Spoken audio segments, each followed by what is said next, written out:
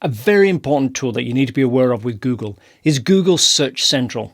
You may have known about this in the past as Google Webmasters, and they rebranded to the new name.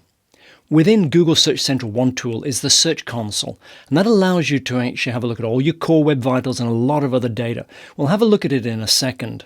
What this tool allows you to do is basically see what Google sees about your website that is important to Google.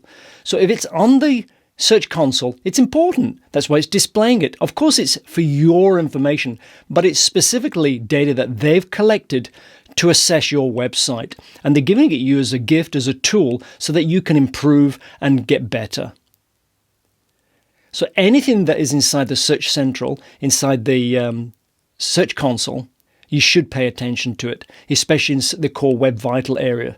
And anything in those charts and the things, the problems, you should fix them. Not necessarily right away because it takes time, but you must create a plan to get those fixed. Don't leave them there for months on end because it will affect your ranking. It's not really known, but I'm sure that Google monitors if people use the tools or not. And if they give you a tool and you don't use it, that tells them that you're not focused. They want to get people's websites who are at the top, who are the most focused people. So I'm pretty sure in some part of the algorithm, there's a way for them that they actually monitor your usage of the tools. Let's have a look now and see what happens inside the area. The easiest way to get in there is going to Google and type Google Search Central. It's not that straightforward to get in here, believe it or not. And then the link at the top here will give you the exit point, the entry point. So get started, and it's going to take you into the right area.